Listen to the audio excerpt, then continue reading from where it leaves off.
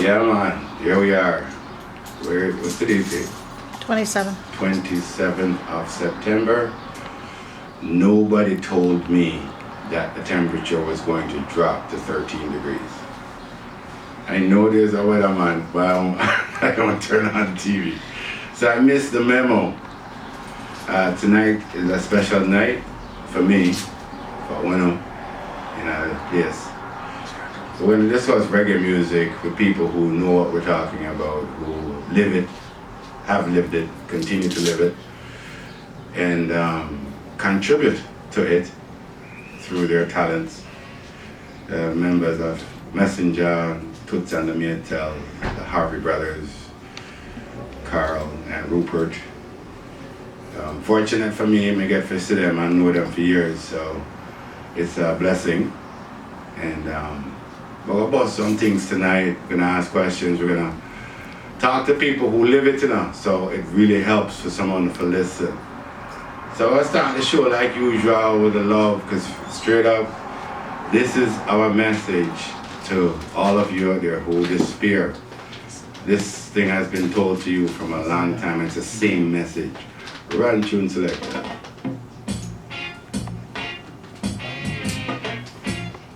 You can't turn up in the room for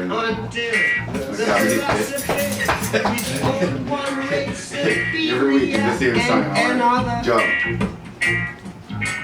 Inferior. Hey, ready, sir? Now? Is final. That's the song. And that's what's going on right now. On steroids. Discredited. I need to tell her for a long time. And abandoned. And he's still telling us every week I play it. So I asked. It's a war. That until they're no longer first class and second class citizens of any nation.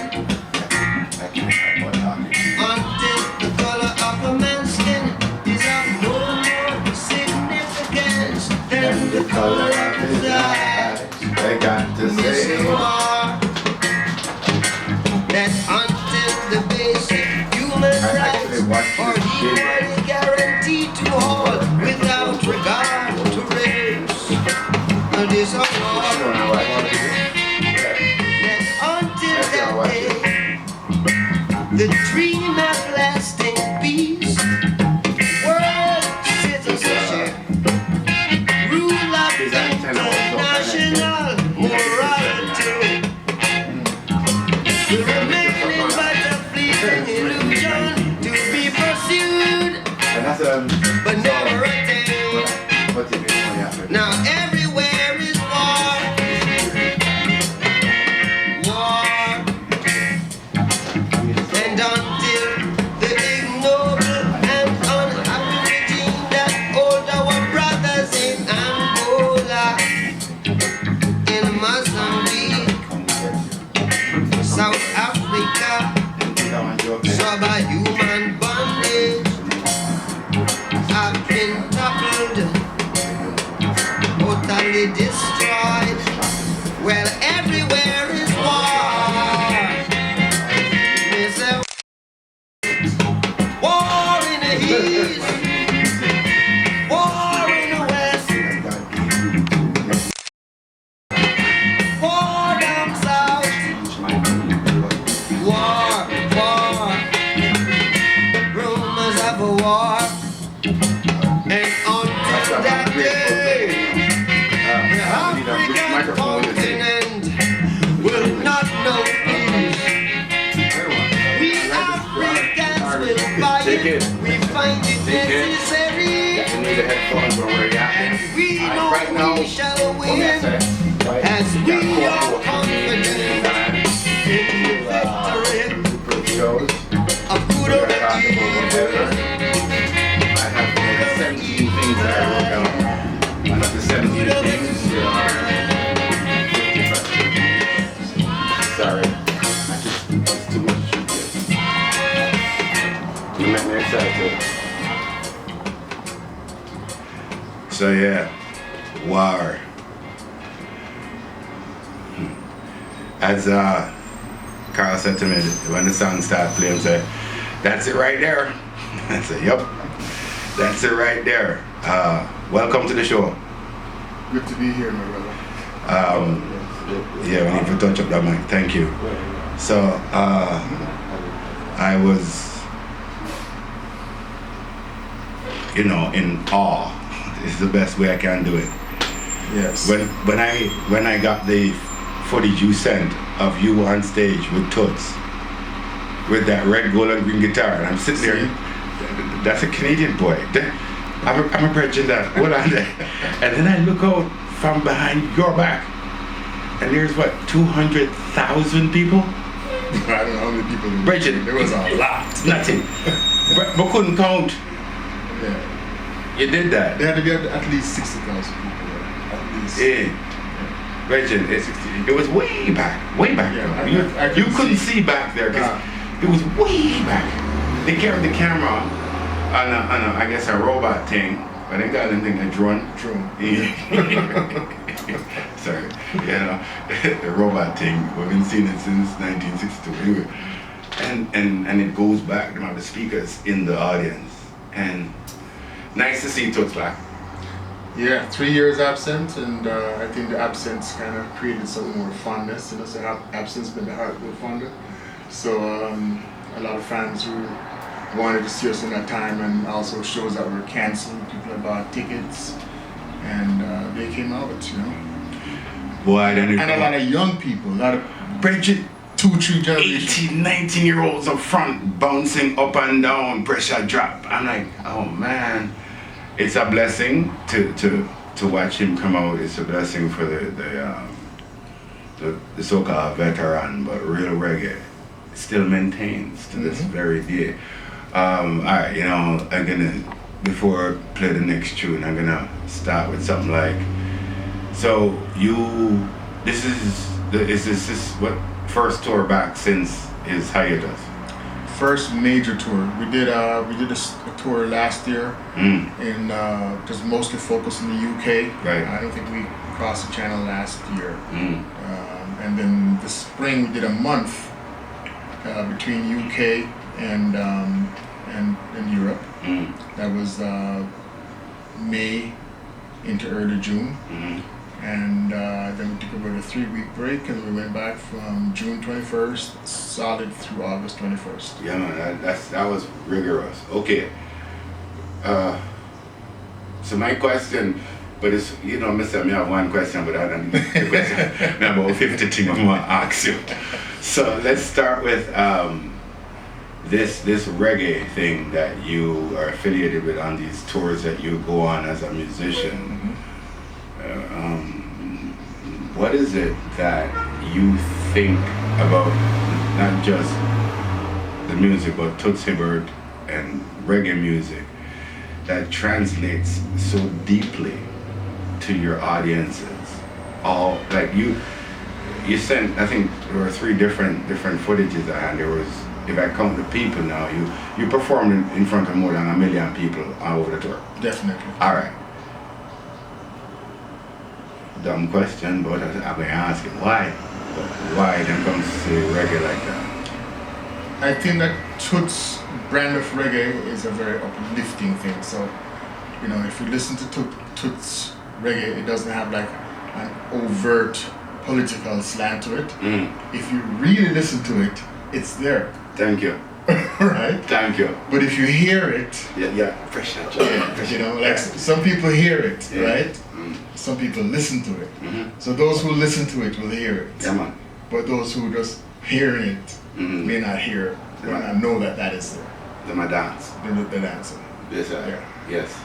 And his connection was from Yasso and translates from decades away for 3 years and comes back. He did an acoustic thing which I didn't even know he could do. He did an acoustic thing like sitting on the middle somewhere in London. Him and the guitar and did it. It could have been Pressure Drop too, and I remember which one he did. And people went nuts. Like he has this, to me, he's like the Jamaican James Brown. Yeah, he's got James Brown, he's got Ray Charles. Yeah. The soul, the deep spiritual soul. And this is coming out of the church, right? Yes. I mean, like groundation, Pocomania. You know what I mean? Yeah. So that spirit has been in him from day one. Yeah. And still is. Because we rehearse something, have it down, pat rehearsal, right? And see when he gets on stage and the spirit takes him, it's a follow. Yeah, that's it. You just have to just let him go and follow, because if you try to follow the roadmap that we already planned out, wreck. Well, and that's kind of what is unique about the right. Yeah. When they can adjust on the fly. We can adjust on the fly. We can read him. You know, it might mean that he's going to change a key. No, I don't feel like that key's going to go down. Right? If you got to think about it, you're done. Right? Or he might just add a bridge that wasn't there before. Or just cause some changes. Right? I have already. But I notice, if I am not wrong, that you communicate with everybody a lot. You nod at people. Yeah. I have, it's a relay. Okay, between me and the drummer. Right. I see that. You know, we got an eye shift and contact thing. Yeah. Body language. Yeah. You know, there's certain things I know he's gonna do just by watching his body. You know. Yeah. He doesn't have to tell me he's gonna do something. I know it. You see, I'll tell you. That was the first question. That's the first question. Because there's more to this one single question, simply because you have experience doing this. You can teach this. How do we get you? Come on, man. How do we get you to teach the rest of that? Yes. You know, this is where my show is supposed to come in and help you teach me. You teach. How do you tell a young musician how to get on tour with a reggae band? How long have you been on tour with Toots? 40 years. 40 years. Right? So that energy for reggae, live reggae playing, that not exist again? Or does it? Or can it? It does. It can. Unfortunately, what I see now is that the music is getting away from us as a community, right? Oh, we'll talk about that one. That one's coming. Oh, sorry. Yeah, so I get excited. Sorry. Yeah, I mean, the same thing happened with funk. The same thing happened with R&B. The same thing happened with rock and roll. Everything. It's the same cycle, and I'm showing people the gentrification, and I love, because I have this, the gentrification of what we call nigger culture. People don't want to hear the word, but that's what it is for me. And you know, grateful for this Trump fellow, man. I'm happy he's here. I'm so grateful for him. I'm going to play a tune so we can set up Rupert. So I want Buju, because this one we're gonna dedicate this one to POTUS, President-elect Donald Trump. Alright? Him pissed everybody off, including the billionaire people in the United States. So, you know, run out the option. Watch my people, come and laugh. Watch this. Why everything I want to foreign on the yard get the blame. As a queen, the Yankee them call up yard in him. Everything I want to foreign, the yard man get the blame. As a queen, the Yankee them call up. That was the one. You see it.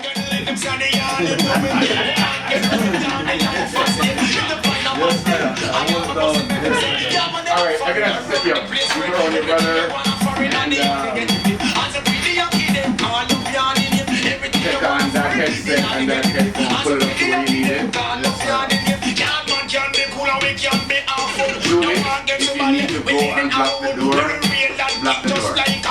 You come my ass stick, I will kick out all people now. And the boss. No, you do up now, you do up now, look in here.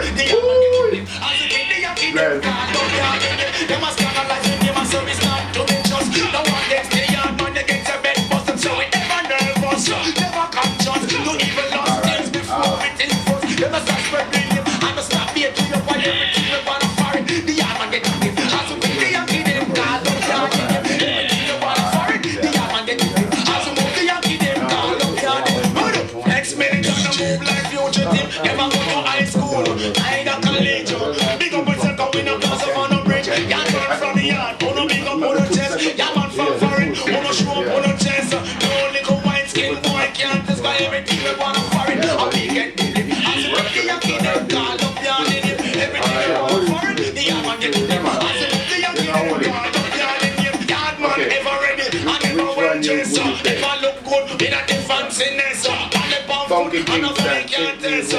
Me take time, you know them on the best. And yard man, who no big up on no chest. I got this the program, tell him to pull the rest of everything we wanna find. I gotta get the blame. I say when the Yankee them call up your name, everything we wanna find. I gotta get the blame. I say when the Yankee them call up your name. What me say? Pick up all the yard, different Philadelphia. Come on, do it if you know it's solving now. I know. We'll just pick a couple.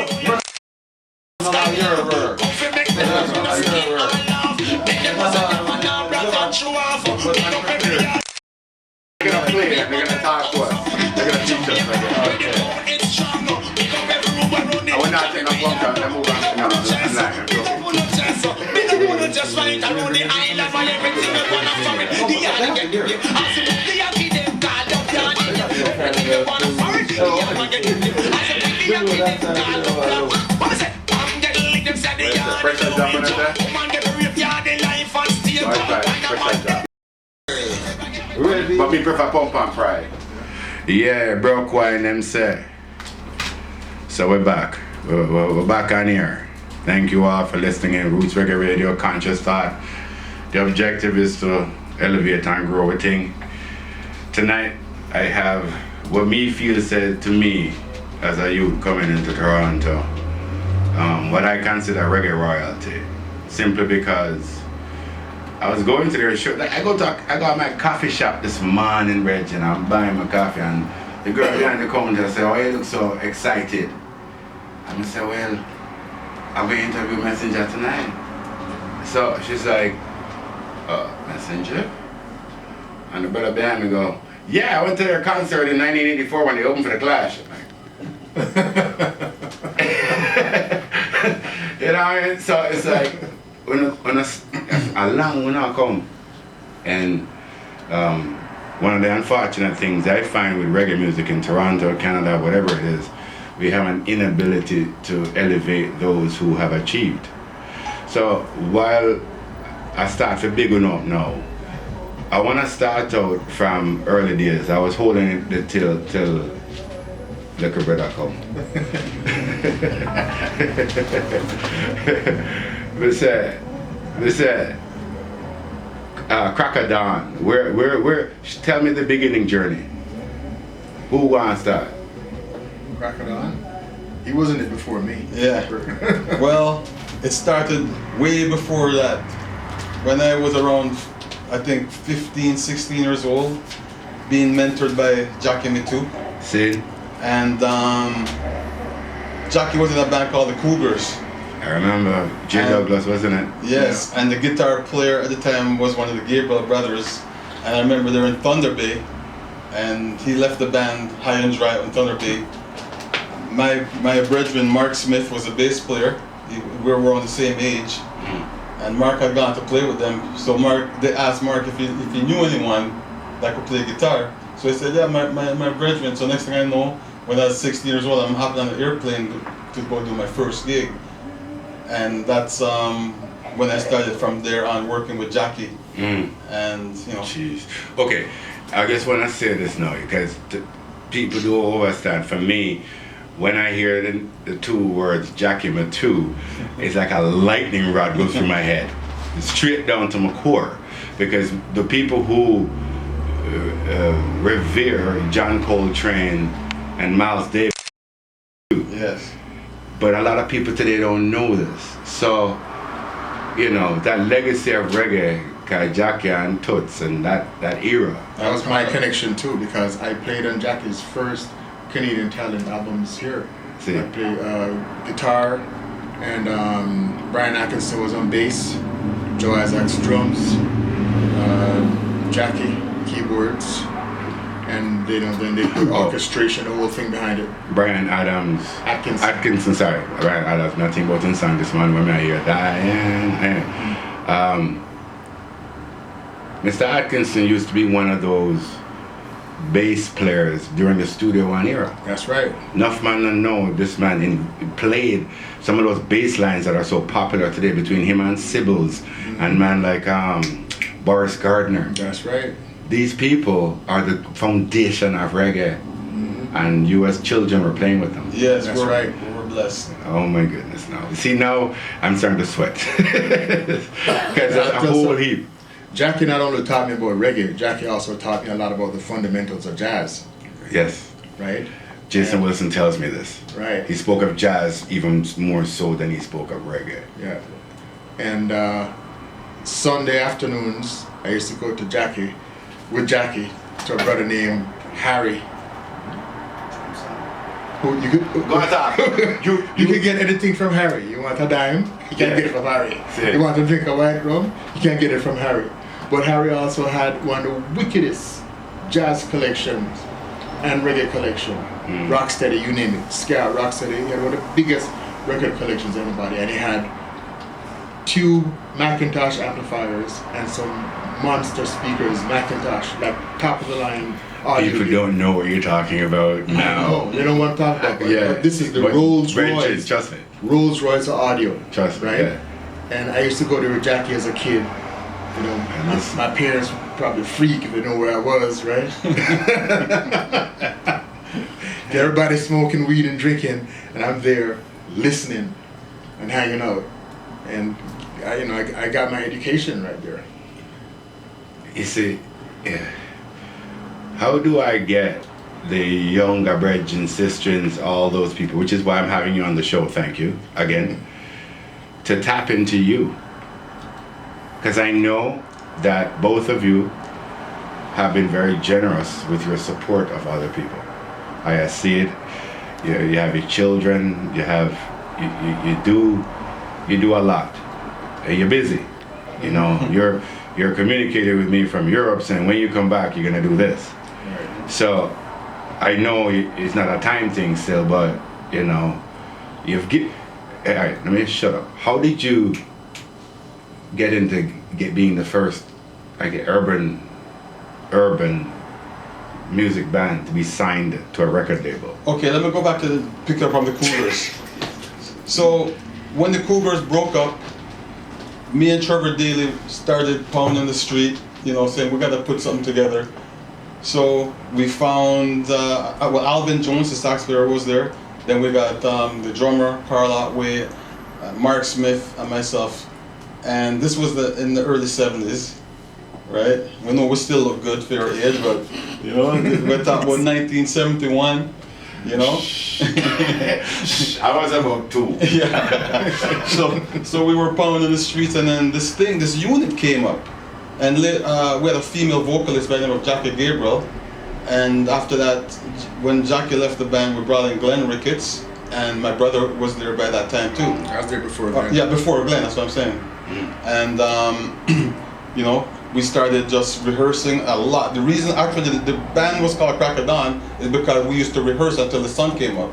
That's the kind of level of dedication that we had back then as kids, right?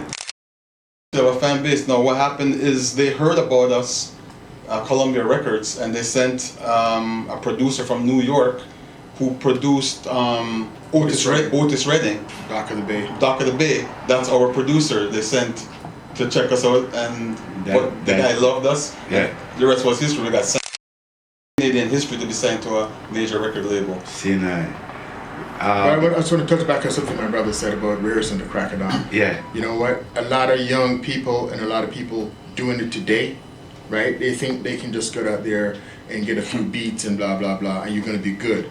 No, you know, I travel all over the world, man, and I see the people who are out there at a high level, they're the hungry ones. Just like boxing, right? You know, if you don't train and you don't run and you don't eat right and sleep right. Flood me with a sorry. You know, the first time you get in the ring, you're gonna get your ass kicked. Every time.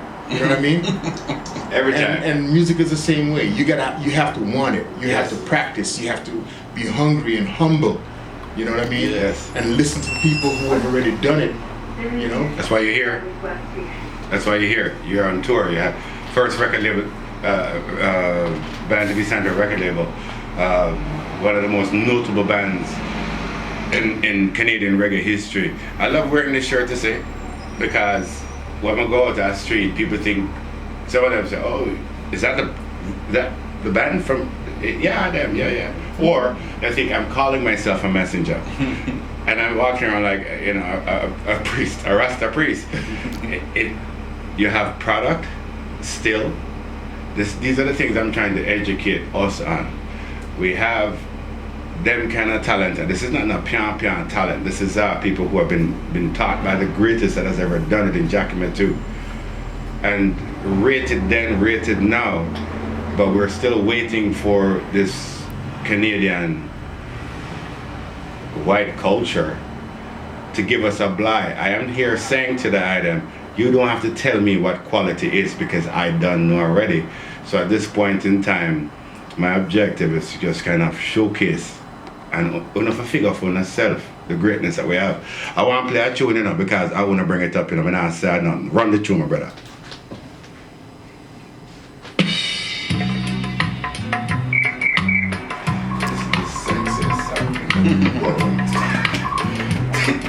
This song, it's the sexiest song in the world. You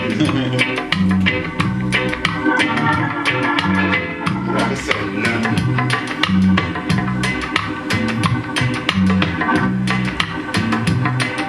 Alright, so You know something? An idea. I should reach out this tune. hey, some people can use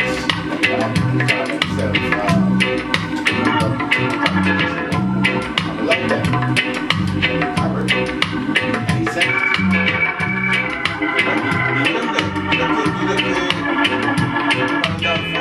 sometimes. Yeah, the trailer. yeah. Yeah, the way he found it. Alex, they're nice. Yeah. Lovely. You know about this. Send it to me. And they did a good job. I'm gonna call him.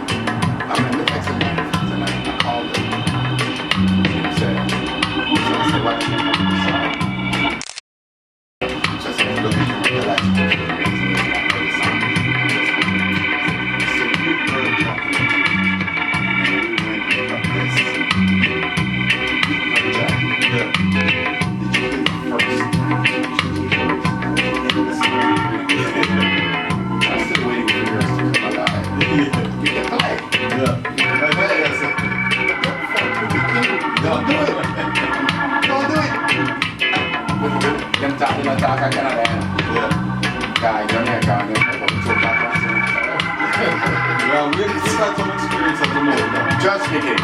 Just begin. So this is not even my very song for long. It's not even it's on the staples. Hey, when back in the early days, Club Jamaica, when did that play? I can play with Dennis Brown. But you don't tell me, no, tell me. Oh, okay. Yeah, well, we're going to talk about that shit. I need a and the level of dedication.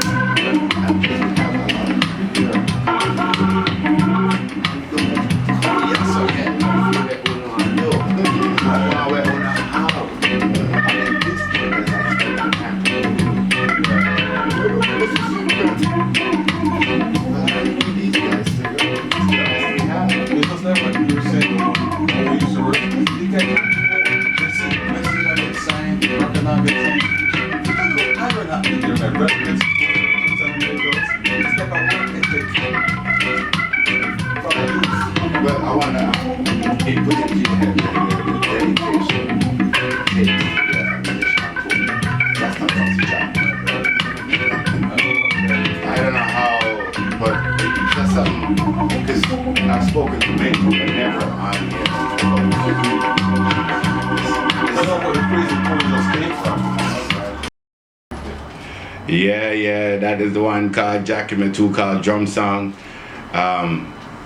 I'm just telling people out there that if you're not going to cover the tune, listen to it properly first before tackling it, because it's not one of those tunes you can play with. This is one of the most amazing songs I have ever heard in my life, and I was captured by the song from the first time Jackie put his fingers on the keyboard. The first sound that thing made. I don't know how he does that, but he does. And that is the essence of reggae music for me, the creativity that goes behind it. Go ahead, tell it. I just had to laugh because, okay, picture this. Yes. I was about 17 years old. Yeah. Right? At 17, I was a skinny kid. tall and skinny, Go away. right? They went away. And Jackie wasn't much bigger than me. I was taller than him. Now picture this. Me and Jackie B2 on a fire escape with that B3, taking it up a place called Room at the Top. That used to be on Bloor Street, near Lansdowne. Okay, you say that B3. Can you spell that out for the audience, please? Hammond B3 Okay. organ. You know what? That You'll people- never get that people- sound using a synthesizer. Thank you. Never. Thank you. But it's a wooden piece of anchor shit. About Yeah. 500 pounds. We had to chop down, so Yeah. the top was on like these handles like a stretcher, Right on. so we could pull it up and get the wheels, and then the bottom part we'd attach later. How heavy was this thing, Bridget? I have lifted it. Hundreds Yeah. of pounds. I have lifted it with 4 people. It had to be That 200 wooden pounds. one. It had to be 200 pounds. If you're in a band and you find out a man of a hammer, anytime you hear that I go move, you say, I think I hear my mama calling me. Right, I yeah. got to leave now. I used to manage Ibadan, as you know. Yeah. The drummer and the keyboard players couldn't find me in no time. the singer can't find me. My microphone, me and him good. But the rest, all bass, Peter. You know how many times I had to lift that, them back of them big old bass SVT, there in a back of 810 the car. cabinet. Rasta, enough. Alright, so I want to get, see, too much memories and things. To stay on track, the objective of what I do, I'm going to read something. Because as I'm coming to work, this is my work, this is reggae work. People think say, me I go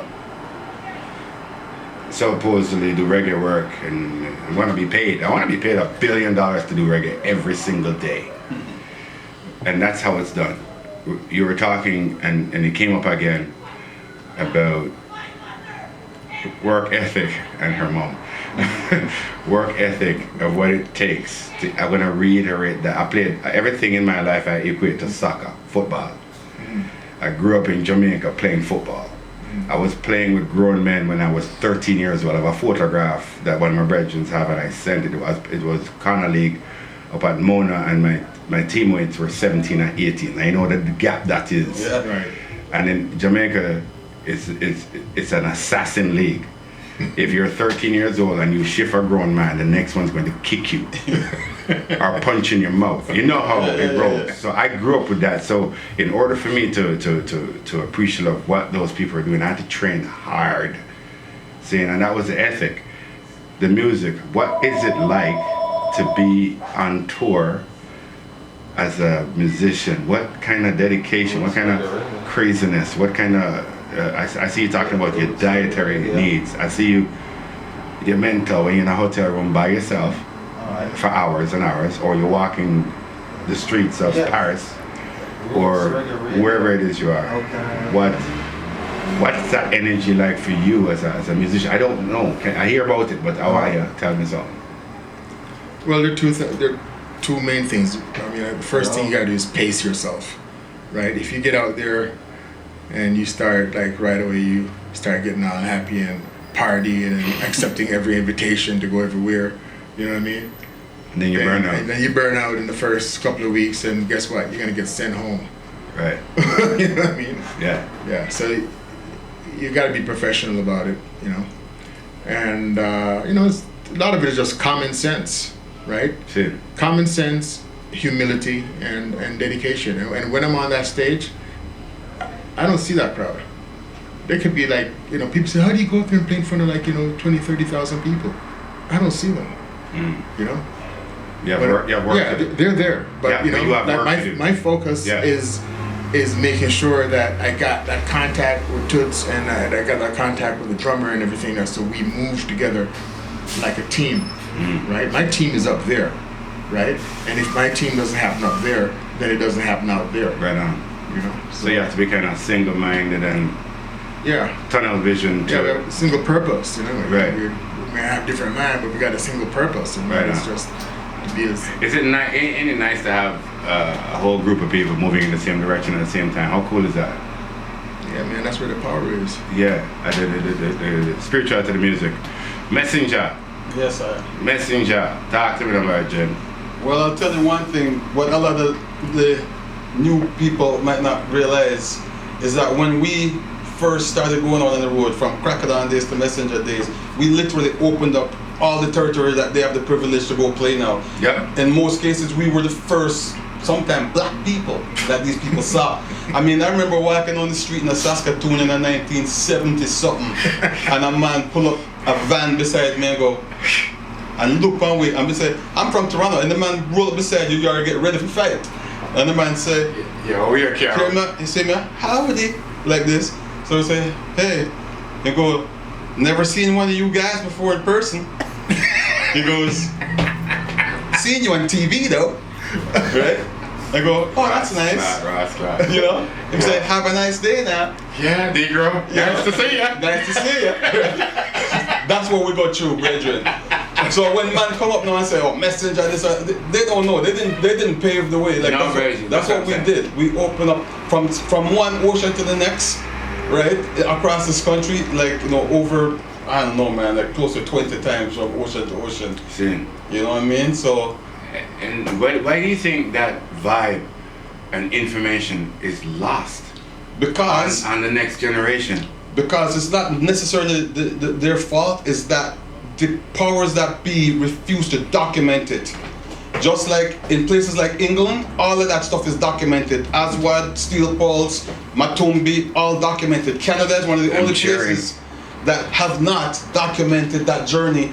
And when we are even approach some of the producers to, hey, we're part of Canadian history.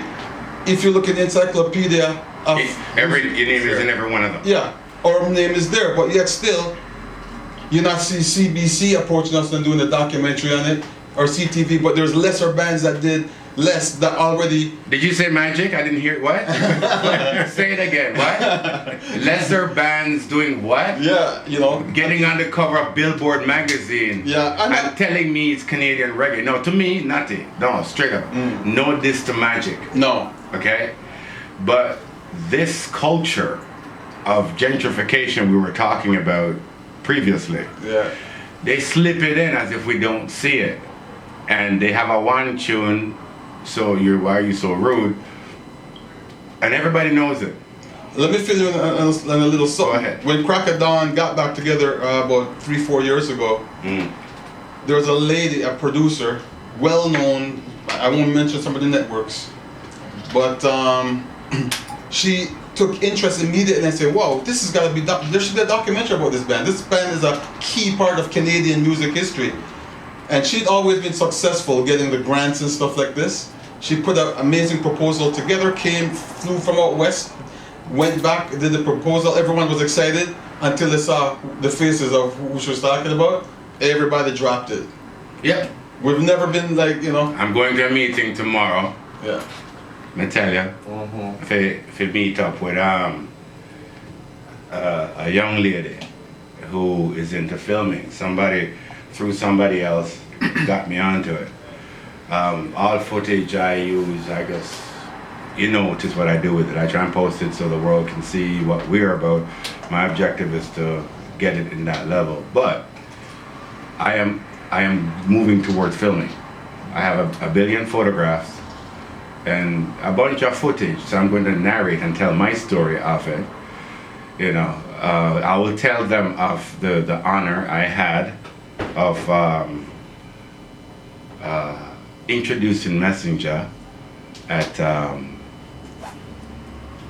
Dundas Square. Yeah, pack out. Reggie, the amount of noise that when I say Messenjah is incredible, and people down the back of the place tell me, say, I've never seen this before. Are they Canadian? Yeah, I remember that. I told you about it when I got home. Yeah, you told me about it. And it's black people, Jamaicans, and they said, you guys are the best thing they've ever seen here.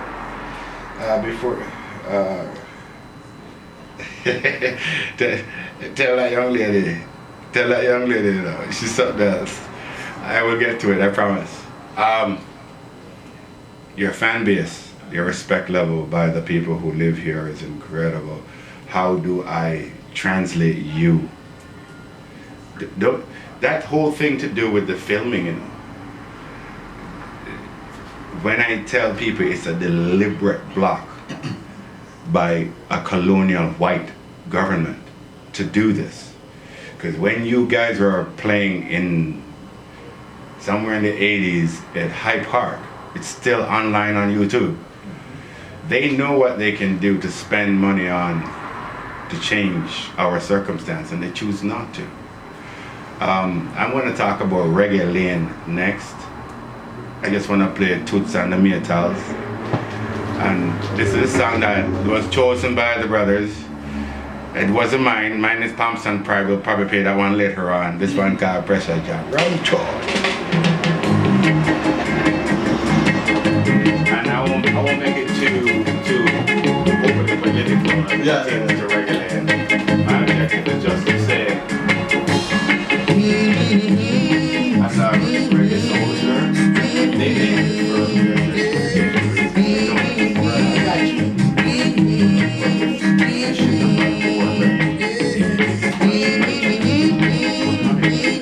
whatever you think you were gonna do with it.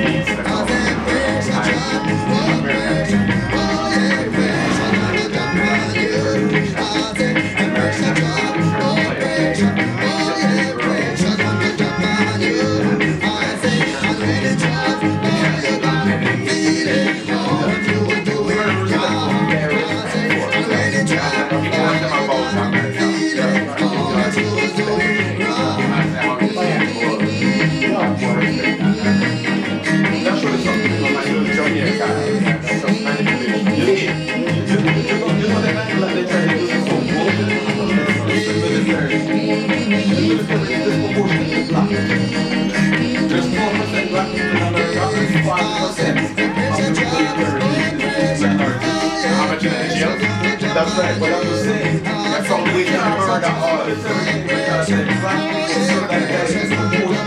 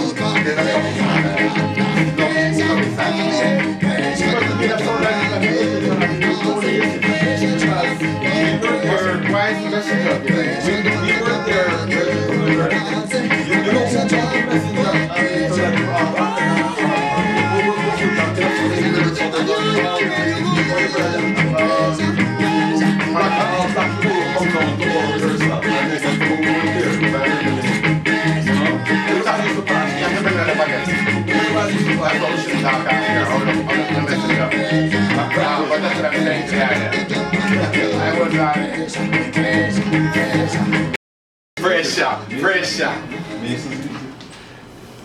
Yeah, man. Pressure. I'll put some pressure now. Pressure when you drop on you. That's the one called Toots Hibbert. He's my Jamaican James Brown. And as the man said, Ray Charles.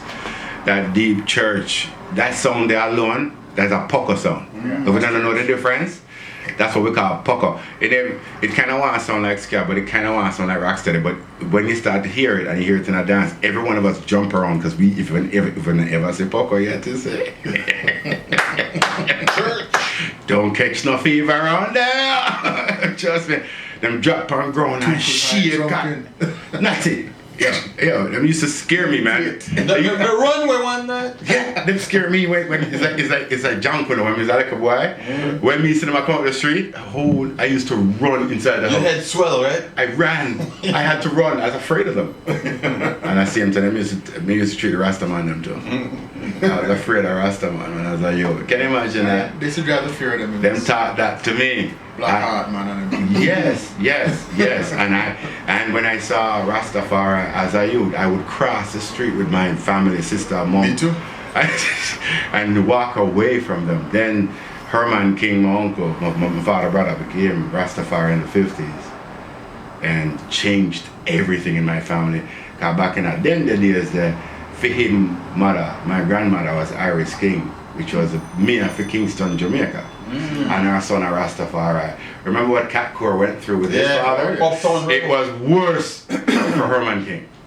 See? Anyway, alright, hold on. See, there's too much talking about too much things, man. Reggae Lane. Okay, before we get to that, you asked me a question about the faces that are on the mural. And I'm ashamed to say that I've never seen it yeah, in person. All right, we're discussing that tonight because Reggae Lane has, truthfully, within the Jamaican culture, it's not very well received. Okay. Most of the people I speak with are not fond of being associated with it. Josh Cole, who is the what they call him, councillor in the area. He's also the chair for the TTC. Okay. So when the subway was coming to Eglinton West, them just clean out, them have a clean out of what was called Little Jamaica, which will not exist in about 2 years or so, ever again. And so the questions you ask are interesting. So I was part of the Reggae Lane committee. I heard about it. I hear reggae, and I was the first. You know me. I put my hand fast. Reggae, began. I joined the committee, and maybe a year and a half ago or so, I resigned from the committee. The abuse and the attacks that I was taking because of Reggae Lane. Now, before I even get to Ono, Ibadan used to rehearse in that little room with Ruffins. And we've been there for months. So I rehearsed on Reggae Lane personally. So I was very proud of it. Other people wanted Reggae Lane to be on Eglinton Avenue because the back area where it's named now, drugs and crackheads and hookers and dead rat, all kind of same thing around there. So when people ask me why would I accept something so nasty and dirty as for reggae music, I would then turn to these people because I came out of them doorway there at 2 o'clock in the Rasclat, man, and look left, right, quick. And then one hour keep eye down the road, one hour keep eye up the road as we load the instruments and the gear into the vehicle. We're doing that. Uno was doing that from time, but hold on. I'm gonna get to that too. Gonna get to the 200 on stage. Anyway, my thing is, the most famous place in Jamaica for reggae music is called Trenchtown. Nowhere else in Jamaica is known like Trenchtown for reggae. What did Trenchtown look like then, and what does it look like today? Trenchtown is one of the worst ghettos in Jamaica's history. It's no prettier today than it was then. Okay? I have no loss of pride because reggae music come out of Trenchtown. Why are you so upset? Why are you complaining about this drug lane, right? Where if they call it Chinese lane, the Chinese would own the whole of Eglinton within 5 years. Whereas reggae lane to me is a gold mine. Yeah. We could turn this into something really powerful for Canadians, for us, for who we live here. If we can get these people out of our way to do something with it, it could be a tourist attraction to this city and a place to showcase reggae, because people are already coming from around the world photographing themselves on Reggae Lane, Germany, Ireland, Scotland, China, Japan are already doing it. And I told these people in Canada, I said, oh no. This is reggae. This is not no piano thing. I don't think Josh Cole quite understands when he used the word reggae, what it would come from it. So I've talked enough. Tell me what you felt about the mural, about the fact that no one even approached one member of Messenjah to say, how about one of your faces, or just the word Messenjah on the, what? Honestly, yeah. I've never been around there other than in the real sense when I was there back in the 70s and through the 80s and all the rehearsals I did there. Yes. You know, with various bands and rehearsing for shows with Leroy Sibbles and, you know, Dennis Brown and almost every major artist that came through. Right. Toronto at one time, like played at the concert hall, and you know. All those Shouldn't I find somebody to help me to document what you're just talking about? Shouldn't I do that tomorrow when I go to my meeting? Maybe, you know. Yeah. But what I'm saying is that from what I saw in the picture, I took a look at it, you know, in magazines and so on. It wasn't representative of the reality that I know. And the whole reggae community. And I've been in this community from Jump Street. Right. Right? I mean, like, you name it, both foreign artists and local artists. I mean, Leroy Brown played with them. Lana McLean played with them. Right? Recorded with all of them. Right. Like, from Jump Street. Right on. Right? And, you know, Why are you? my name went up there. Right. You know what I'm saying? And so And far, you're so still far as touring the world for I'm reggae. still touring the world, right? So far as Canadian representation on an international scale, Right. right? I don't know too many other people who are doing what I'm doing at that level. And it's like No And one. I'm not saying that. No one.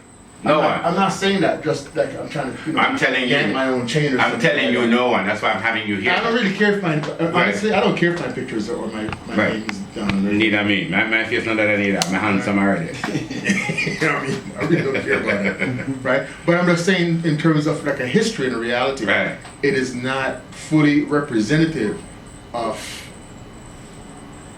the real deal, the truth of who really promoted the frontline soldiers, right? 20th Century Rebels up there, Haitian people, Haitian people up there, Truths and Rights. Truths and Rights up there.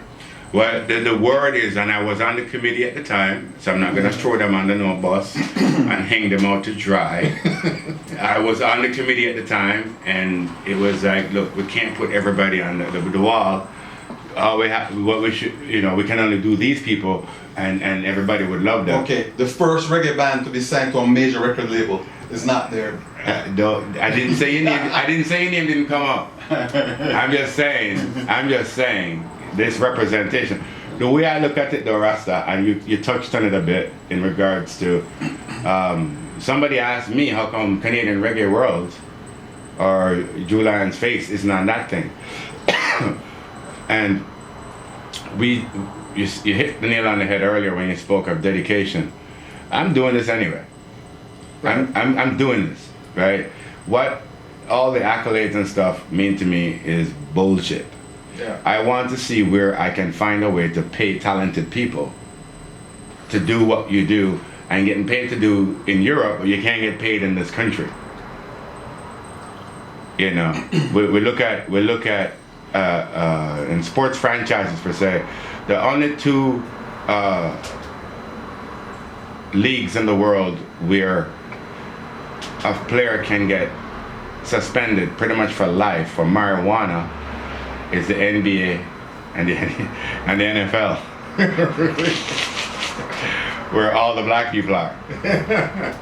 We spoke about the gentrification of the cultures from rock and roll to R&B to funk to hip hop to everything coming up to this point.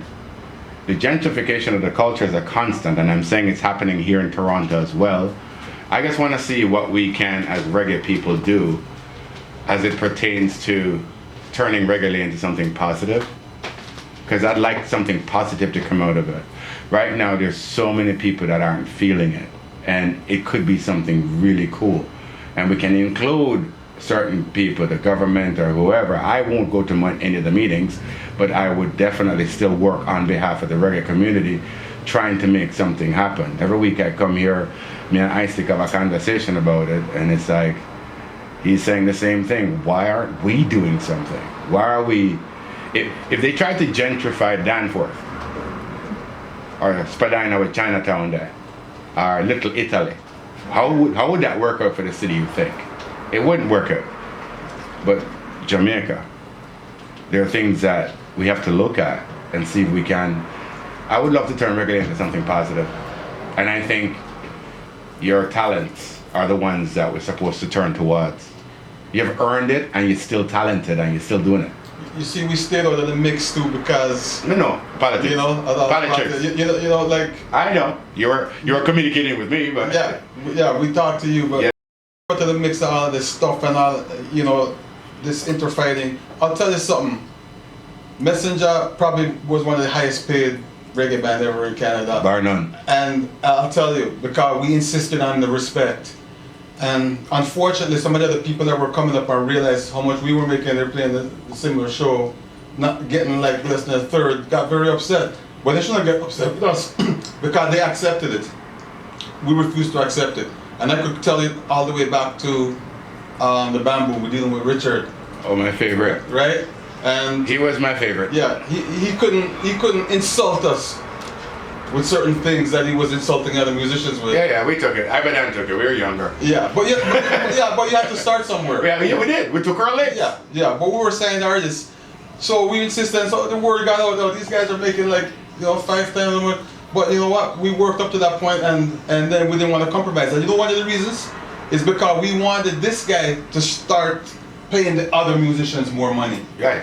We were actually doing it not just for ourselves, but we wanted to bring the whole community with us. Well, that's what we need to be doing even now, unfortunately, because this is something we should have been doing 50 years ago, but we didn't.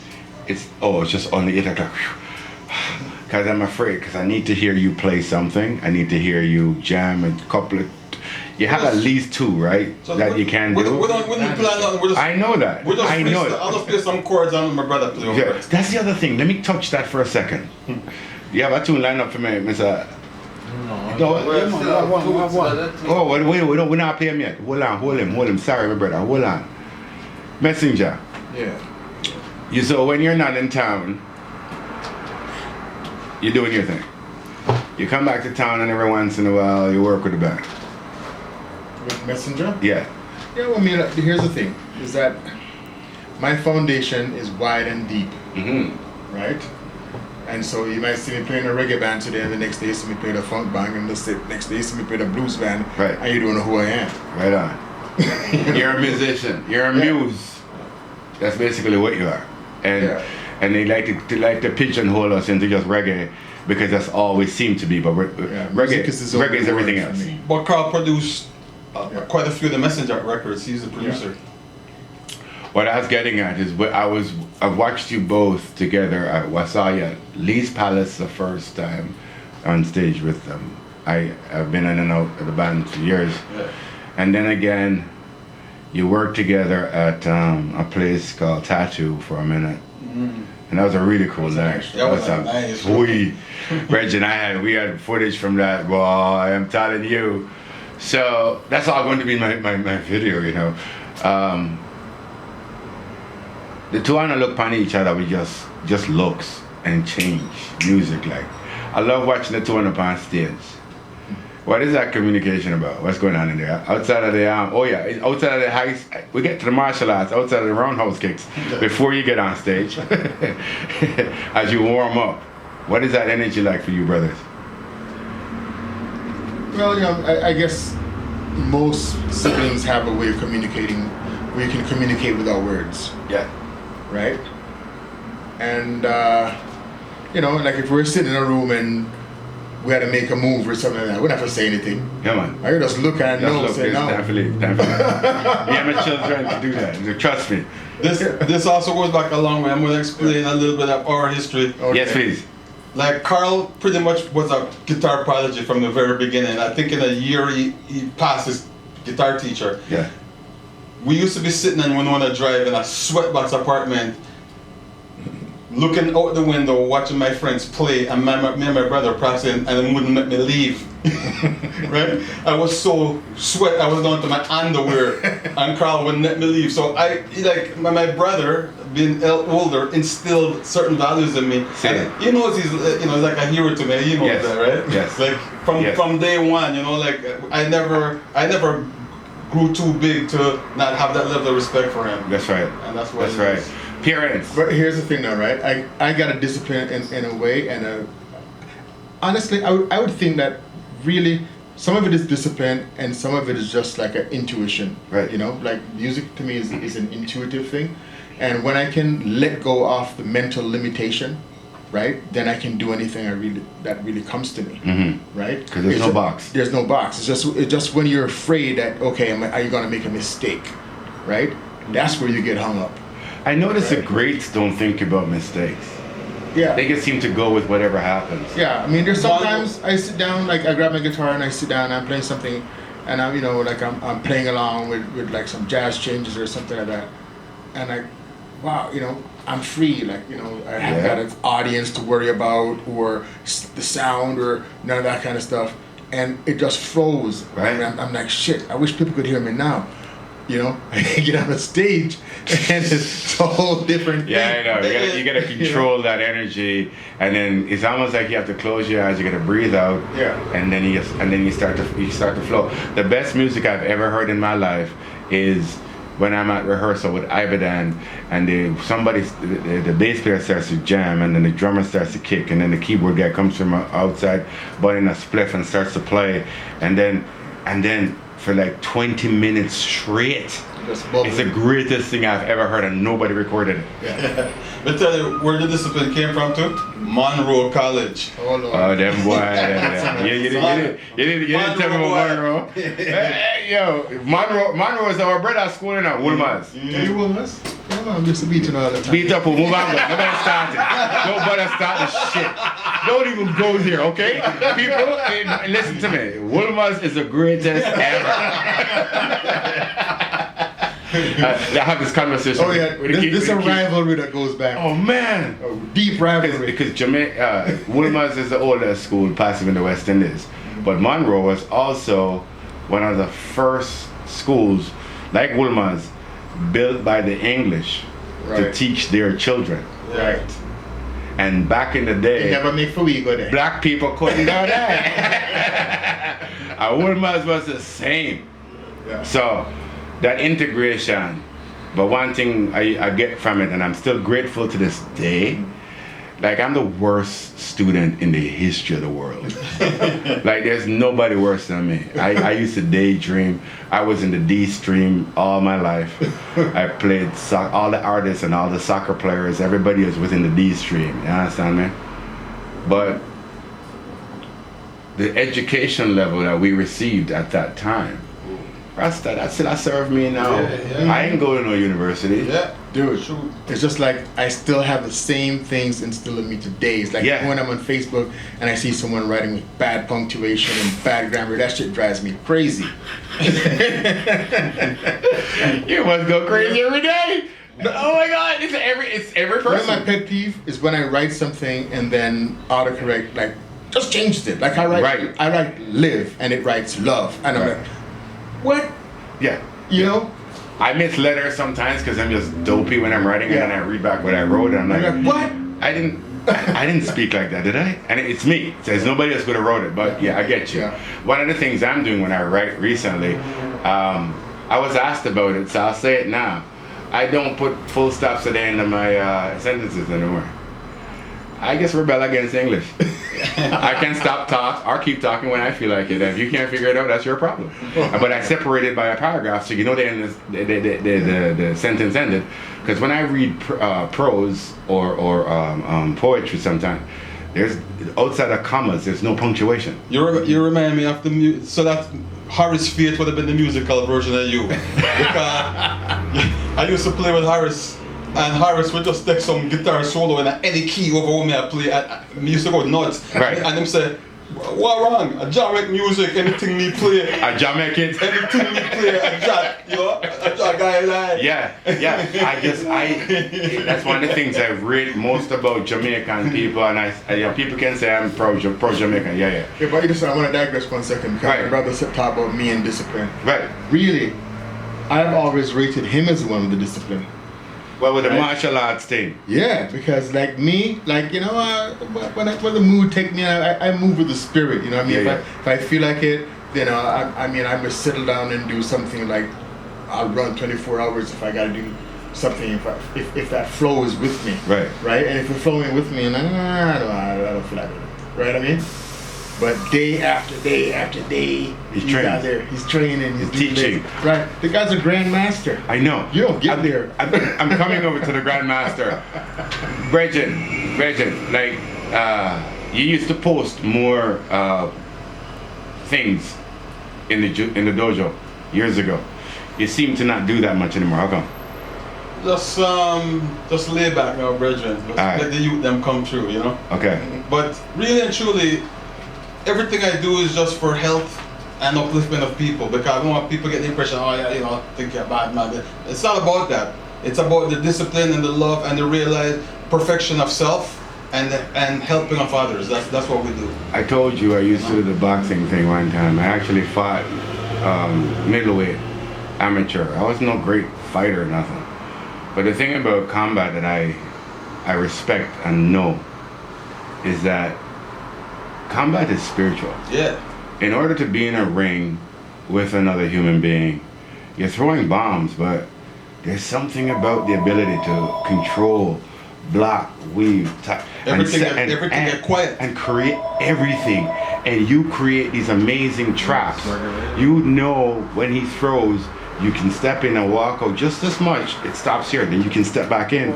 It's the smoothest feeling in the world. So you can't explain that to people.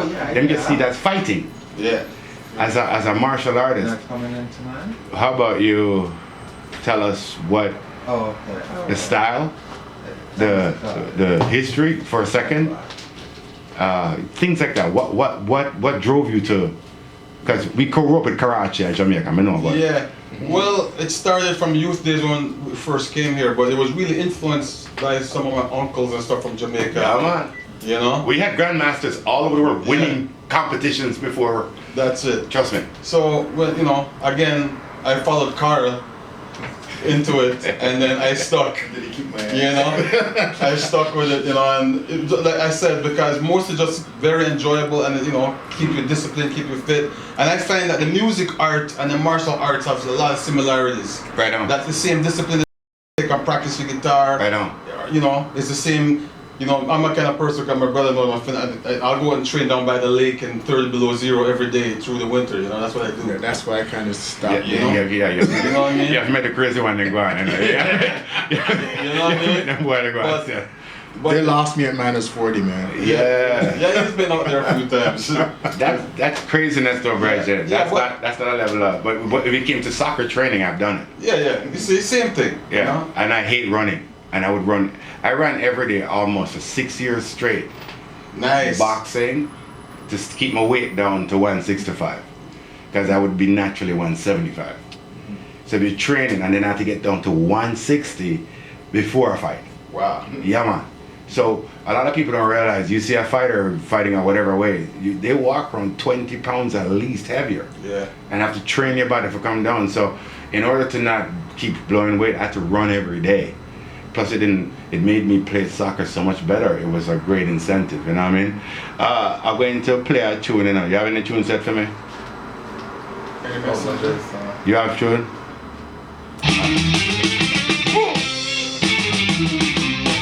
We've had it with all the games you're playing while the system is failing now. We've had it with all the lies you're telling. My heart is rebelling, yeah. We've had it. So what you been, bro? Babylon is falling down. The people are leaving town. We've had it. Well, if you don't make it, you just gotta take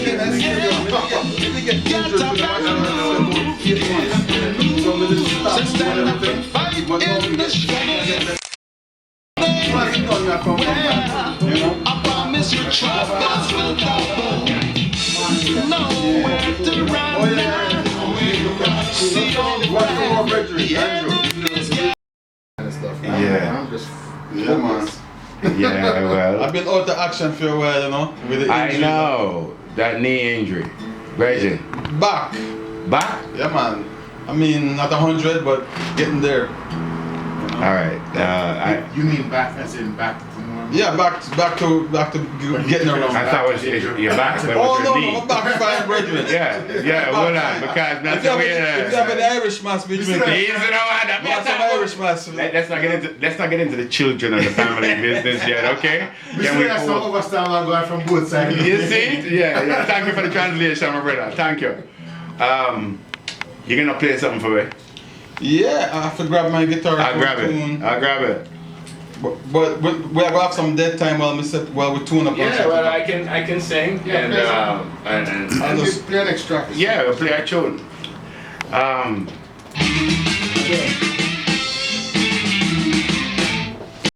All the lies you're telling, my heart is rebelling, yeah.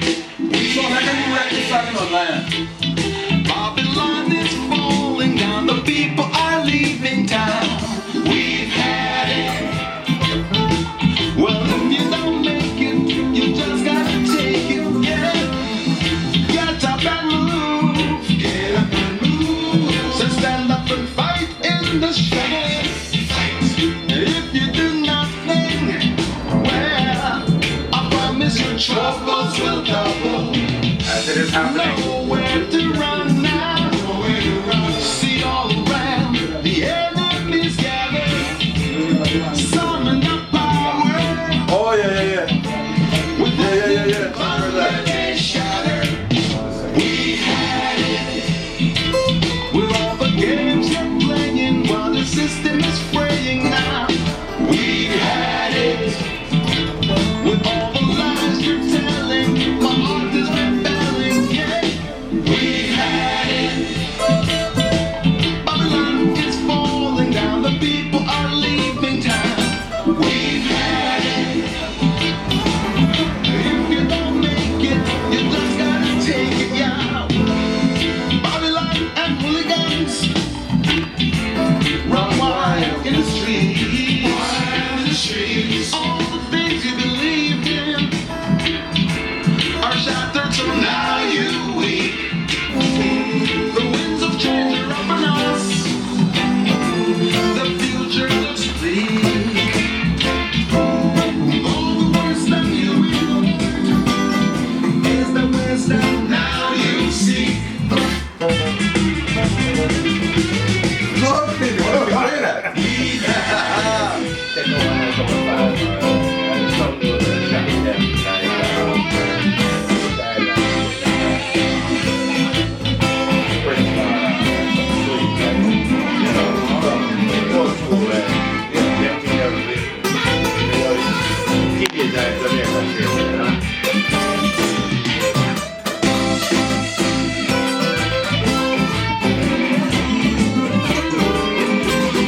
I'm going down fighting with honor.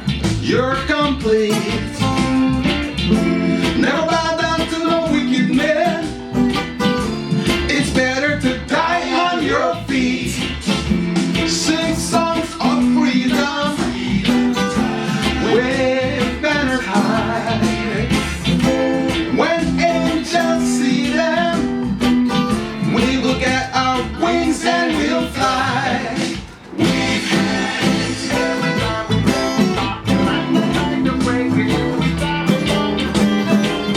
We've had it.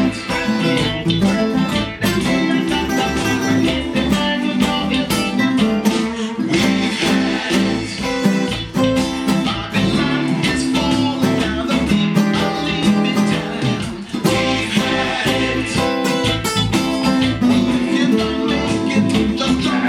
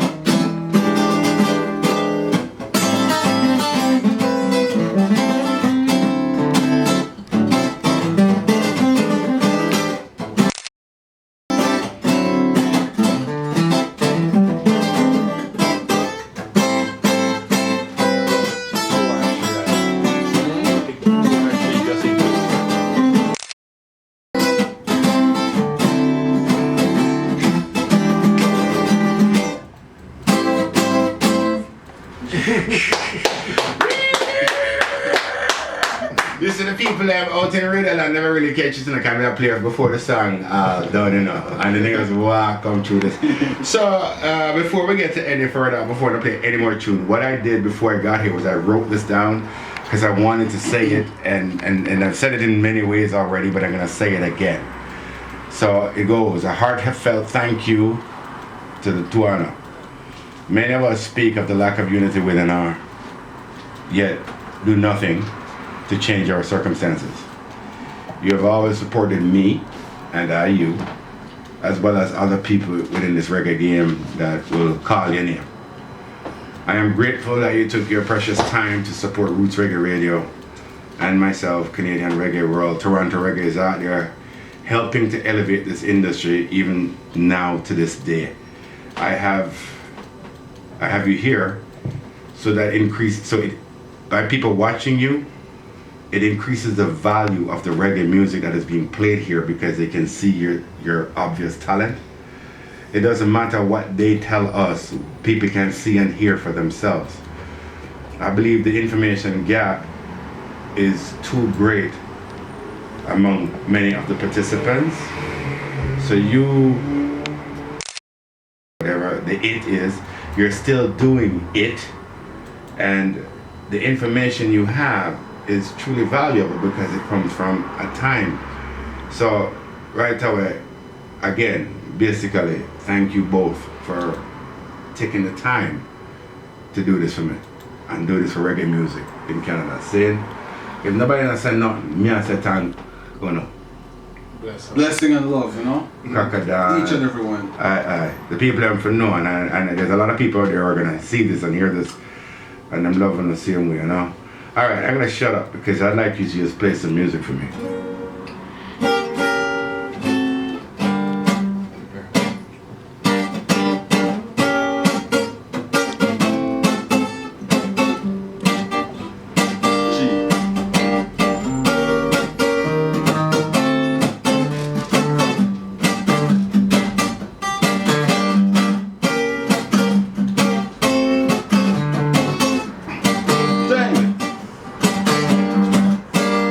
There is a land far, far away where there's no night, there is only day. Look into the book of life and you will see that there is a land far, far away, that there is a land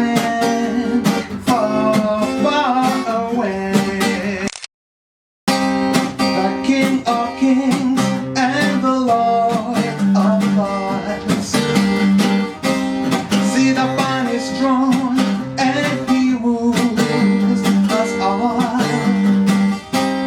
Look into the book of life and you will see that he rules us all.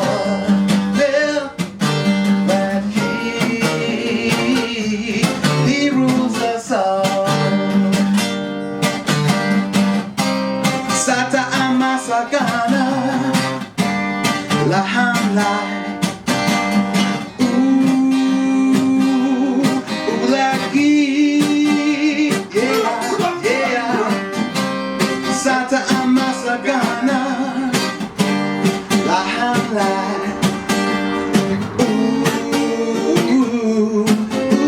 Ulagi, yeah.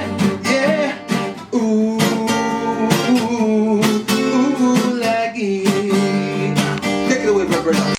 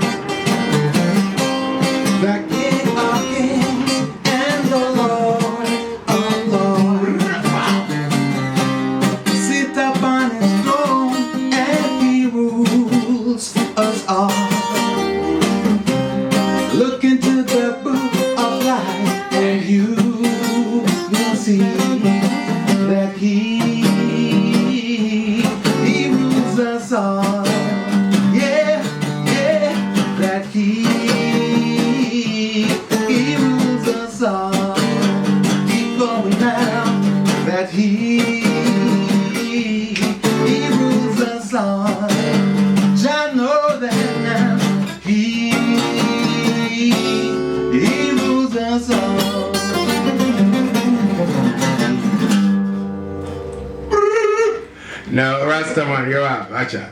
This is where I just dropped the mic, but them too expensive. Thank you. Wow, it's like having my own personal Messenjah jam session that y'all just got privy to, because I'm a kind of nice kind of guy like that. Truly, what I said though, your contribution and your perseverance, you're pushing me and others, because it's just quietly, you're right. When the reggae bullshit was happening, you said nothing. When people come up with it personally, you say nothing. Yeah, sit back and just play music and deal with the musical aspect. And a lot of people come and argue with me, I guess. And sometimes I get sidetracked, Jesus. I can't help it, man. They just keep coming. It's daily. And I'm like, if my focus is truly reggae music, and that's what when I'm done my conversation with all of them, when I take the time to read back the shit that I say, it's like, you know what, I've kept it consistent. It's still about reggae music for me. And because the people here don't get the talent level that we can obviously see, I don't have to really listen to them. Fucking problem. I see this. I see what this is. Don't come tell me nothing.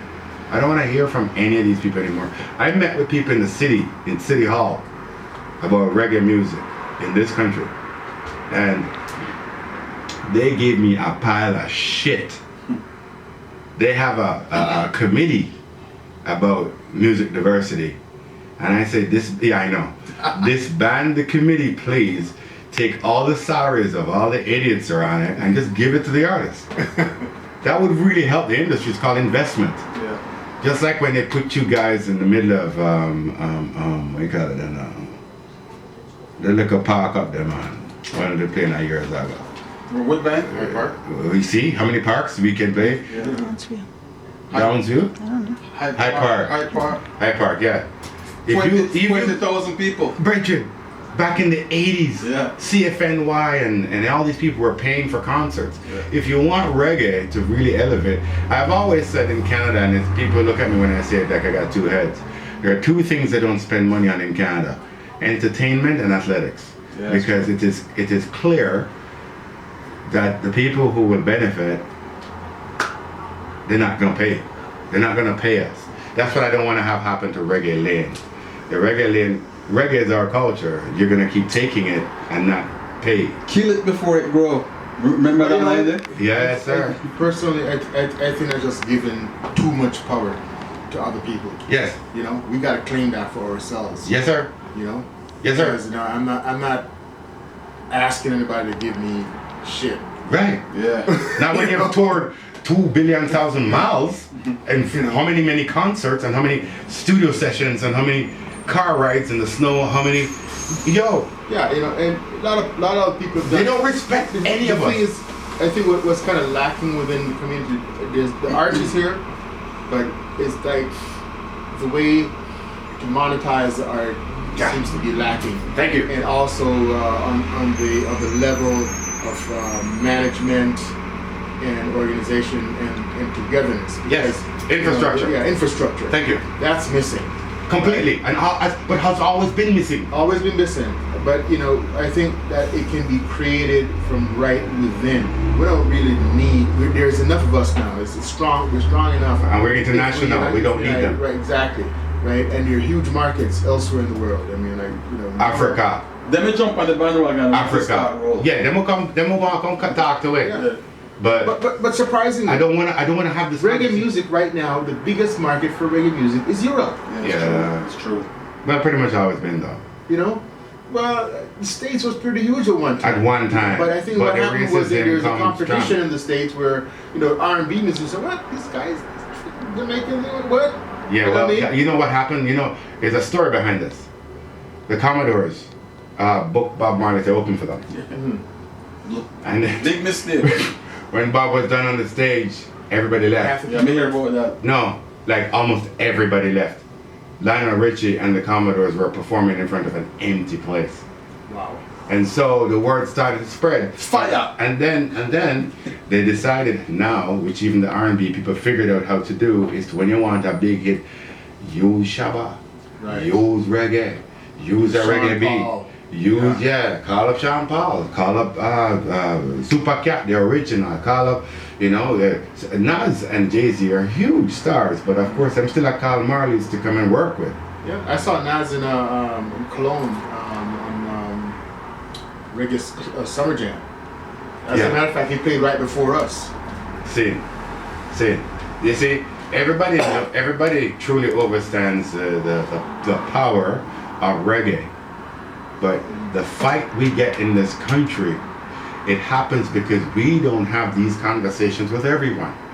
We're saying to this country, you don't dictate how reggae goes. But dude, this is the cultural thing, right? Me know. But me the time Here's our culture, right? And you correct me if you think I'm wrong. Yeah. Right? I'm not saying this, me, I'm all about peace and love and equality. Yeah, me right? too. Right? But it doesn't mean peace and love and equality doesn't mean stupid. Right? Right? Right. Now, this goes all the way back. Yes. Right? Yes. Right back to Right. the foundation. Yes. Right? You know this, Mhm. right? Mhm. A brother opens a shop down the road, Mhm. right? And everybody want to go down there and run up their tap. Credit. Credit. Right? Right?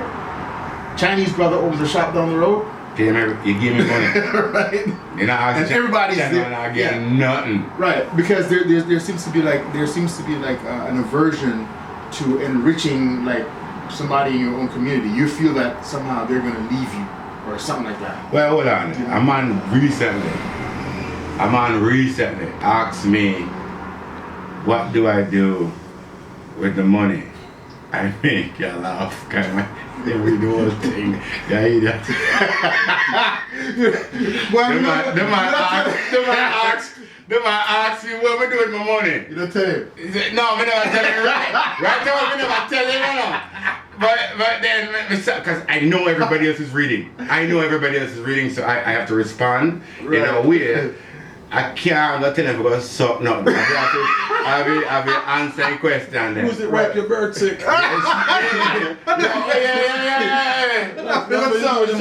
So me say, hold on. No, what is interesting to me is the number of hours we spend on reggae music. It's not the communication, no? Yeah. They have exactly the same response. Trust me. You know that bad word for a long time. When I grew up with that bad word. No, I was trying to be nice to the man still, because I don't know what it costs to make these things, Yes. and how much of them we can sit down and collect dust Right, for how many years. Yes. By the way, people, Messenjah have a shirt, and they have two of them, a white one, and every time I wear mine, people ask me for it. So if you don't even know who they are, buy the shirt anyway. But this is what we're talking about, an infrastructure of supporting reggae. Reggae is not just you coming to a Messenjah show. Buy their product. It put gas in the car. It actually pays for this or that. Because we live in a culture that will never pay us.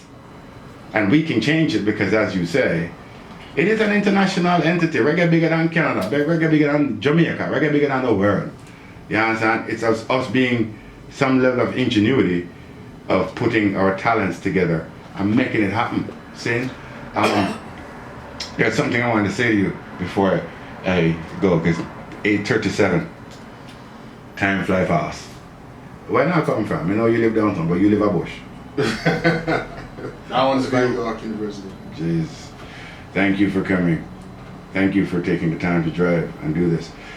Who's paying you for this? Right.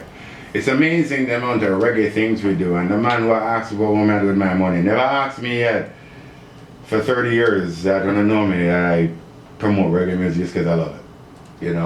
The man, I'll say it again, because I'm very proud. One of the greatest honors I've ever had in my life is when Trevor Daly come to me and said, if Messenjah ever goes on tour, can you be the man to introduce him? Reggie, so I go and sit down and I see it and say so. Because I can see obviously what that means, and you know, thank you. I want to say this because I don't know about Marada business. Rastafari against domestic abuse. Nice. Now, I have to bring it in here because it's my culture. You know what I mean? Reggae for life, the whole movement of Reggae for life is reggae creating life, supporting life, protecting life. Reggae does it every day. So that's what the whole Reggae for life thing for me is. How many people go out and buy one of those shirts, you think, but call me and ask me for money? Now laugh. Sometimes you want to box a boy where you can't box him again. I know that. And that tries to nicely. He speaks so nicely all the time. He says shit that I say, but says it nicely. And that's why I love you, because I read his shit on Facebook and I'm like, oh what? He's really not saying that. Let me translate what Carl really has to say. Go talk about you. Anyway, here's a line that I read recently that opened my mind and opened my heart. So here I am, because I realize the world we live in is a different thing, and it's like nobody can get around it. So this is something you can go look it up, talk to him, write it down. Show me how you treat your woman, and I will show you the condition of your race. This is written by Dr. Yosef Ben Yohanan. They call him Dr. Ben. Look him up on YouTube if you want to and listen to his speeches. Show me how you treat your woman, and I will show you the condition of your race. The reason why Donald Trump is a jackass is because his mother never boxed him in the mouth. Or his grandmother. Or something like that. That is what should have happened. And people don't want to speak this way because we live in a paternal environment. So war and these things are shoved down our throats. Ferraris and Maseratis and Hugo Boss. The material things and the physical things. What reggae is and what we are is a spiritual energy. We're spiritual beings. And if we don't teach these cowards to treat their mothers better, we are responsible for this journey we're on. We're living in this time. I don't want you to point to me and tell me about no Donald Trump. And tell me about no Justin Trudeau and that old crook Kathleen Wynne. I want to hear about those people. What are you doing? What are we doing? We have to change this rhetoric in a spiritual way. And that's what this reggae thing for me is about. That's why I think it gets this fight in Canada. And I think we are in a position to change that right now, this moment, because I can see a change. In the past couple of years, I've been noticing some things. So, I thank you quietly for actually quietly supporting me too on RADA, because I need more man to get up. And I'm grateful so that we can protect our situation. All right, it is now 8:41. I got 9 minutes of show left, and I want to hear you play though. That's what I'm saying. My people, I don't get this. When am I going to see you again? I'll be around for a bit. All right, we can do this again. We can still play something. Carl, I'll do something about the youth days growing up in Canada. Just a short little version of it. There's one bridge in it. See, them have to work out these things, you know. If I could sing, you know, it'd help out, but... Come on, bro. Yeah. So it's like...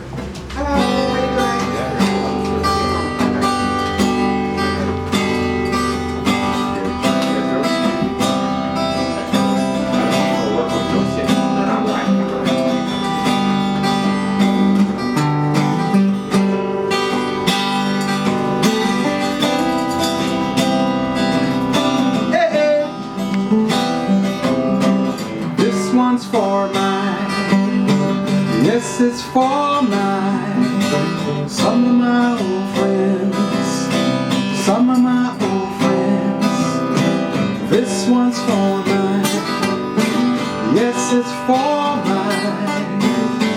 My old friend, some of my old friends.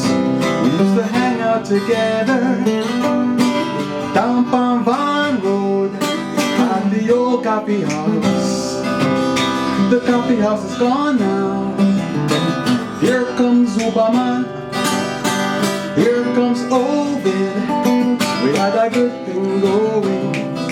There was a whole bunch of brethren. There was Killer George. Here comes Trinidad. You know they both had a bang bang. I am so sad that they're gone. There was Peanuts. Oh, he was small, he had big guts. So you know that no one could touch us. No one could touch us. It was a place of refuge for the yard youth. In those days we spoke of our real roots. We were proud of our culture. Proud of our culture. Say in the 70s, not many of us. We warrior hearts, we had to be real tough. Though the numbers was against us, Babylon couldn't bend us. This one's for mine. It's for mine. My old friend. My old friend. This one's for mine. Yes, it's for mine. My old friends. My old friend. Big Earl playing. Slam a double six down. Joey had a real frown. And Tonka always played the clown. Reasoning session. Always an obsession. And even the one them way I do. You see, we learn from grandma a country. Being overseas to the big city. So we always chat with variety. Feed up service of society. You think with all that man would know better to follow truth and serve Jah Creator. Some listen to seducer and some fell in love with white powder. And this one's for mine. It's for mine. My old friends. My old friends. The bridge dogs. See, Hands was amongst the very best of us. That's why Babylon them turned him into dust. I'm gonna say all kind of. So them for no say you know so right here get music for all race in all places. And I say you're in tune to Roots Reggae Radio. So keep the dial lock right there, archives. I'm gonna say all kind. Yo, you feel it? You feel it? Respect, Reggie. You catch it at the right time. Yo, we got like, what, 4 minutes? At 8:50, no, about 14 minutes. Ha! Alright. Chun, you can't hold about people. Yeah, man. You know, that's how we grew up, man. And all my breath. Me leave out the whole verse because of the time thing. no, we have more time. Yeah, but it's like also the people that don't even supposedly relate to that.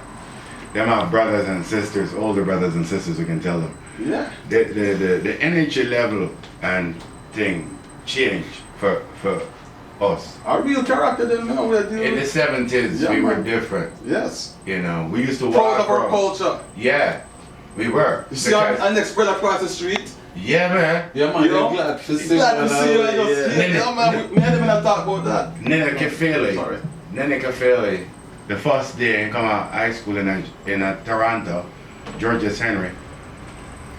He's a big man. He's 6'3" and 17, 18 years old. And all of me here is like, yo, son!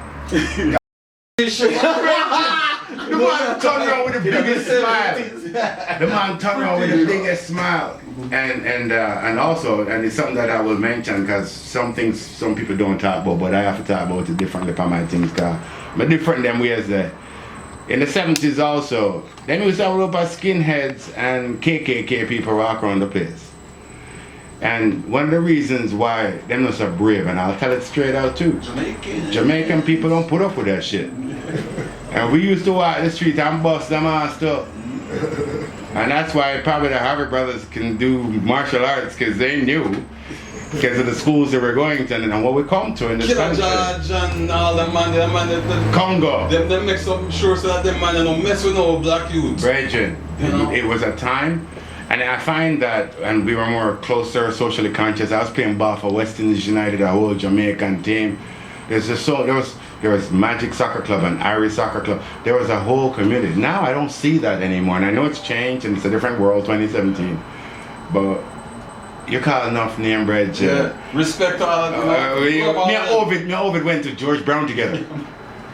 And Louis March. It's how we, how we did it. I want to play a tune for them on them still, the one where I did beg you for. Prince Farah, you did fine. Oh, well, I'm not going to listen nothing what you say. You play what you play, because you're my friend. I love it. You have a tune? You have a tune? Yes, sir. You go for it. Stick it up, mister! Yeah! Selector! Get your hands in the air, sir! Woo! Yeah. That you would get no hurt, mister! No. I said yeah! I said yeah! What they say? Don't you hear? I said yeah! This is what they say! Would you believe I would take something with me? Wow. And give it to the policeman? I wouldn't do that. I would let them do this for. All right. And they put the sword on me. I wouldn't do that. No, I wouldn't do that. Don't take the camera off of this one. Another fool to hurt myself. I was innocent. What they done to me, it was wrong. I didn't see one more time. It was wrong. Wow, you call that Give it to me one time. Give it to me 2 times. Give it to me 3 times. Yeah. Give it to me 4 times. Was my number. That was a bad boy. Right now. Still a bad boy. I would have been 70. That number. 73. Still back there.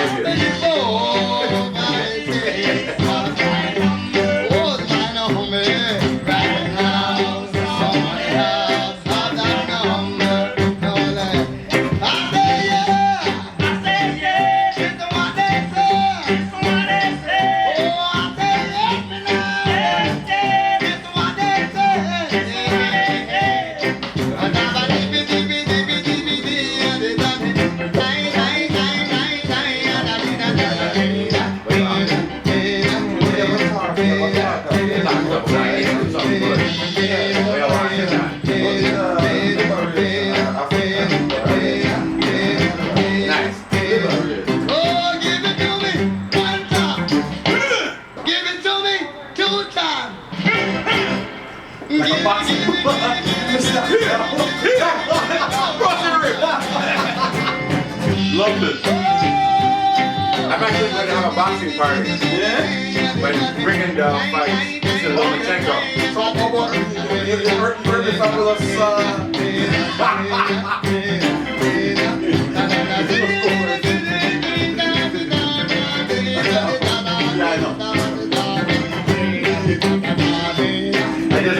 I can't stand up. No, but I can't stand up. you can't fade away. You can't fade away to the top. We won't sit up because the camera rolling. We'll talk after. Right now, someone else has that number. Yeah. Except when we play that song nowadays, That track, big track selector. Thank you, sir. The one called High Stick. That track, for those people who don't really know, you probably heard the story, but you have to understand the context of this, which is why reggae music is amazing to me. People have a way of thinking Bob Marley or Peter Tosh was a saint. They're not saints. You understand? They're great people, but they're not saints. 54-46 obviously was Toots' number when he was in jail. And the reason he goes to jail is because he is not one of the people you really want to mess with. And in 73? years of age. Yes. Yeah. I would still not mess with the man because I know his history. See, I love him. He's an amazing Jamaican icon. He's changed the world, believe it or not, just with music. And then I have what you call me telling them from the beginning, you know, I'm gonna ramp with the thing, I mean, no. Canadian reggae royalty are people who are been here, still here. You know music they played, you were at a concert that they were at. The man I'm at a coffee shop and the man tell me that he was at the concert when they opened for the Clash. And all the white people turn around, the Clash? Yeah, you hear the Clash, but near Messenjah. But this version new. And there's a certain pride I have in the item. And somehow I gotta figure a way to take this knowledge and experience and spread it among the Canadian reggae clan. And I know you've been through enough fuckery. I'll just say it plain, but I can't stop trying. So I'm going to continue, and I thank you both for continued support of what we're trying to accomplish. 5. I'll tell you what. We're going to 9 o'clock. We have 6 minutes. You set up the workshop and I'll show up. Workshop? Wait. Oh, more mic. Wait, more mic. Say that again. I say you set up the workshop and I'll show up. I have a little group on Facebook called Feel Reggae. Oh, I can hear Sweet and Dan in my headphones. Love it. So I have a thing called Feel Reggae, and my objective for Feel Reggae was to have a room full of talented reggae practitioners and to have people who want to learn reggae. Now, my disclaimer is that you can't learn reggae. We can't teach it to you. You either feel it or you don't. That's why the thing is called Feel Reggae. So you and I would have a reason on that, because at the time I was this close to bringing Sly and Robbie to do it.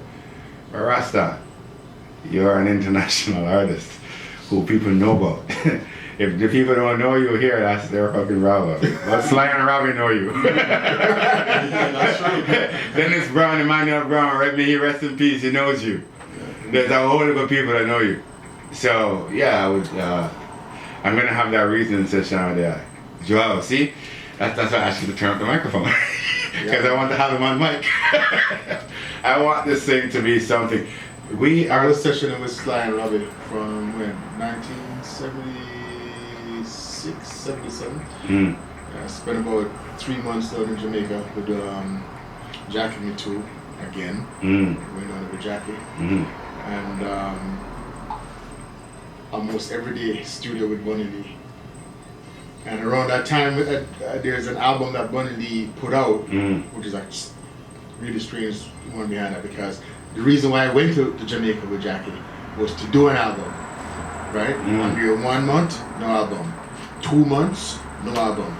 Now I'm there 3 months, I was there for 12 weeks, right? And the night before I'm flying out, the next morning, them send me to our studio. I said, well, what? We're gonna cut the album. I say, you mad? After Yes. 12 weeks. After 12 weeks of being there. Nothing. Right. Did you lay any tracks? Did you? Tracks already laid. I was there by King Tubby's tonight, right? Tony Night Quickie. And lay track after track. I mean, I just basically play guitar over tracks that Bunny Lee selected. Ecstasy of Mankind. Put out the album called I hated that album. It's still recognized as a classic today. They still talk about it, and then Scratch Perry re-released it. I don't know what he did. Maybe he bought the tracks from Bunny Lee or maybe Scratch Fair releases whatever the fuck he likes. Yeah. Because he did the same to Bob, you know. Yeah. He just re-released it and call it Guitar Boogie Dub. Like how crazy it is, you know. Rastafari, know. And I ran into him in Cologne one time. Same summer jam, and it's been going on for a lot of years now. Yeah. Saw him up there. And I say, Scratch, tell me about Guitar Boogie Dub. I'm just play crazy as usual. Yeah, I don't know what you're talking about. Yeah. You want to draw a slip? Want a rum? No, them just go off of something that's like Yeah, man. I'm otherworldly. Esoteric Other- business. yeah, I know. otherworldly. Because Yeah, you me just start look for them colors, them Yeah. and rearrange them for I say something so weird and so off the wall that you just like That's you're sorry somebody to even I say follow, hi you know. to it. That's Yeah, somebody I because follow, you're man. calling him on something. That's why the diversion. Yeah. And we don't know that stuff. So Crazy. whatever, man. Yo, it is 8:59. I gone. Roots Reggae Radio. You can't I stop the stick. way about it. Please play more tunes. Thank you. Era, thank you. Tall people. Thank you, Bridget. I stick. Mystic of the Z.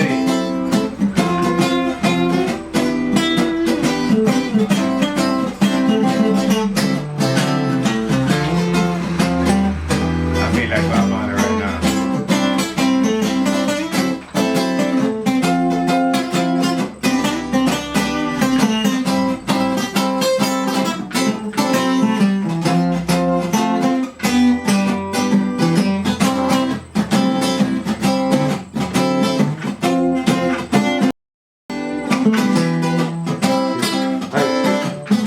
The girls are not coming in now, And the crowd roars. Good night, people. Blessed love. Roots Reggae Radio. Thank you again for another night of conscious thought. Whoop.